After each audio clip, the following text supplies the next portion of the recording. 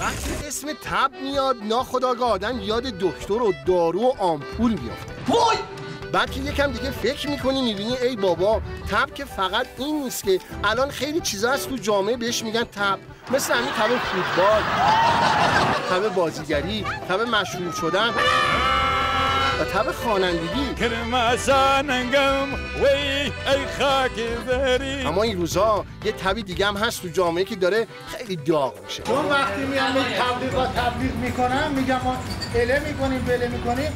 بگیر که اومد. اینم تب آبگوشتی انتخابات نظامه که با 1001 بامبول و دلقک بازی تیویریش میخواد دیزی نظام رو بار بذاره، اما مردم بهش ضد حال میزنن. اونم چه ضد حالی.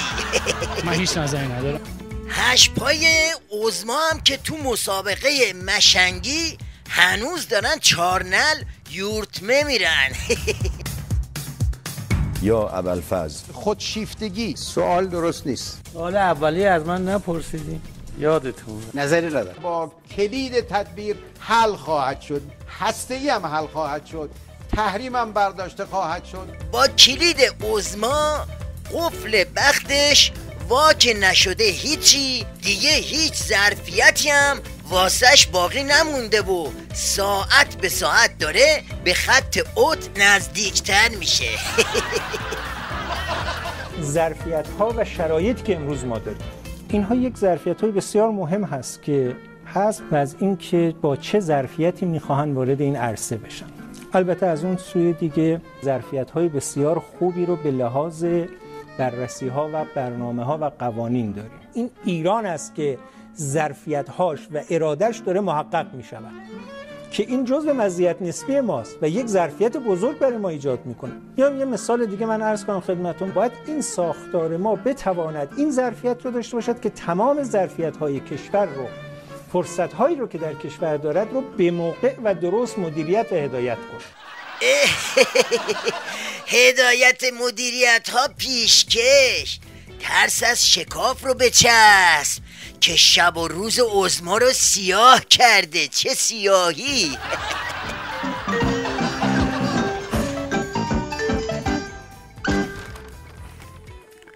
فقط کافیه یک شکافی در سر راه یک نفوذگر قرار بگیره. شک نکنید این شکاف عظیم و عظیم‌تر میشه، چه بسا تبدیل به یک شاهراهی میشه تا راه برای نفوذ بیشتر درست بشه. البته اینو فقط برای اطلاع شما دوستان عزیز گفته شد.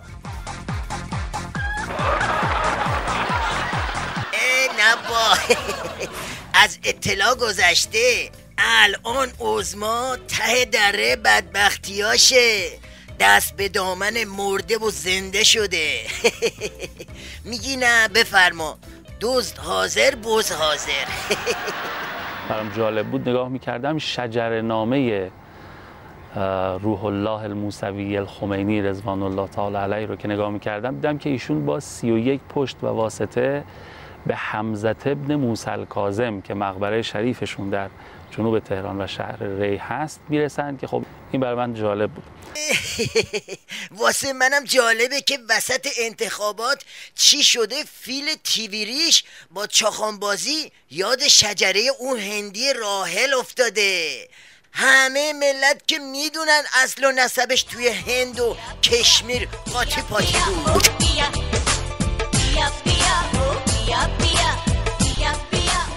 یه کونن جوڑش ولایت که تحت منزل سیتن یوس ناش زنی تو سر میتومت. آها افتاد. خوبه بریم یه موشکافی تو این داستان بکنیم و ته داستان در بیاریم. این یارو ساندیسخور نظام ممکنه ما رو به یه جاهایی هم برسونه. بریم دنبالش. اوه کارش از ساندیس بالاتر کشیده. چه دود و دمی رو انداخته. معلومه حسابی به ولایت وصل شده و داره زغال واسه عظما گل میندازه. ماشاءالله کامنایی ماشاءالله. خوبه یه سری بریم کشمیر و هند. شاید رابط طلسم شکسته عظما با شجره‌نامه دجال هندی زاده رو بتونیم موشکافی کنیم. امام 2 بار کردن.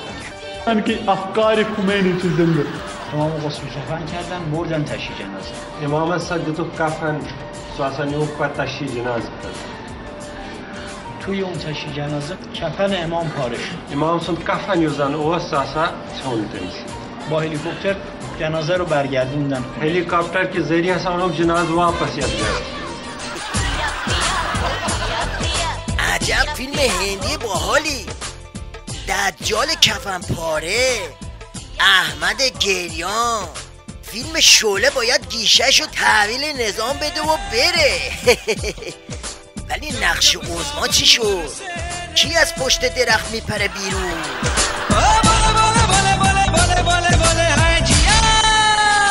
امام خمینی متوجه این داستان شدن. امام خامنه سالش پتاه می واقعی.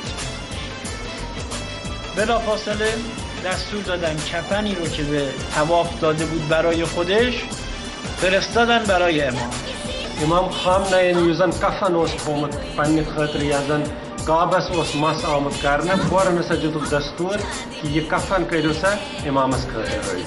و امام خمینی با کفن امام خامنه‌ای و تایت کفنس مسا گیتیم خدای سندس ملاقات. پس منتظر باش که این دفعه بازی با کفن پاره پوره دجال دفع بشه و ملت یه حال اساسی بکنن، اونم چه حالی.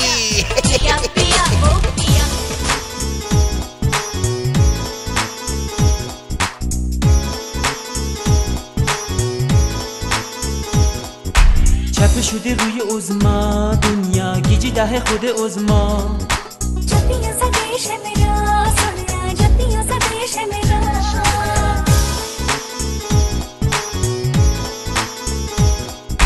خالی شده جای اونها حالا توی لیست تروریستا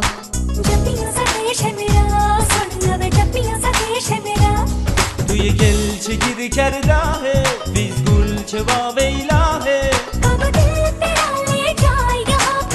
آخر راهه انتر رو آوردیم بگیریم حال این دنیا رو اما توش موندیم.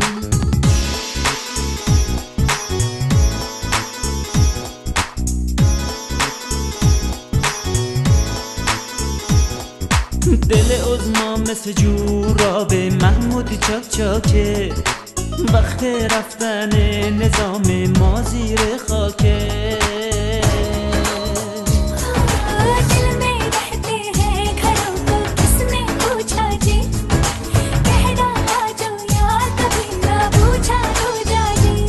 توی گل چه گیر کرده ویزگول چه واویلاه آخر راهه انتر رو آوردیم بگیریم حال این دنیا رو اما توش موندیم.